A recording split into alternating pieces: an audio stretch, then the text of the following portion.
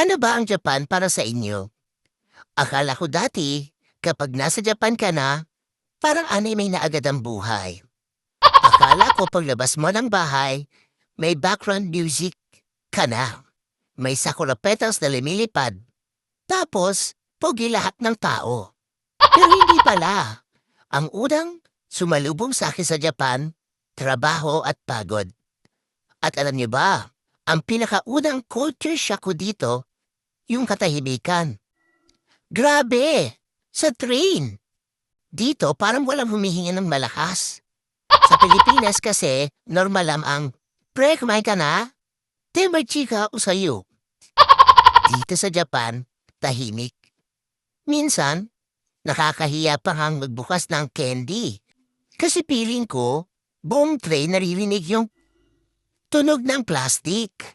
Tapos isa pa, sobrang linis dito.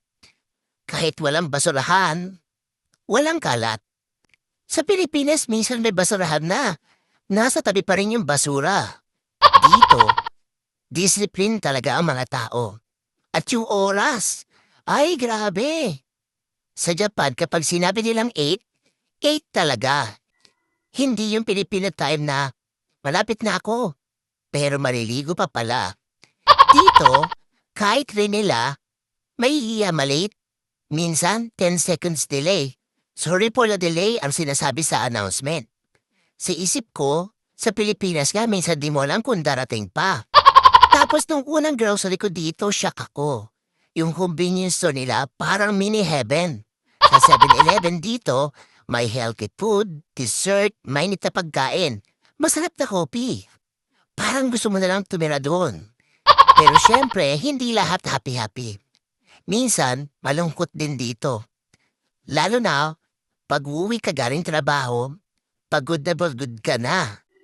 Tapos, tahimik apartment mo.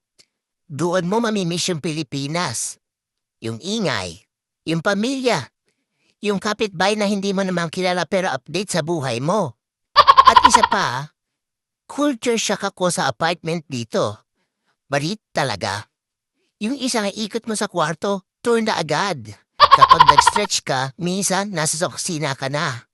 Pero kahit ganon, marami rin ako natututuhan dito sa Japan. Natuto akong maging independent, maging responsible, at maging matipid. Kasi mahal ang mabuhay dito.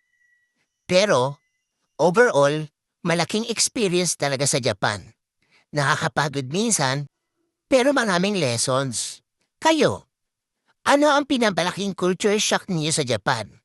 Comment din niyo sa baba at kung gusto niyo pa ng more Japan life story o OFW moment at kwentong walang halong eme, like, share, and subscribe na. See you sa next vlog ko. Bye!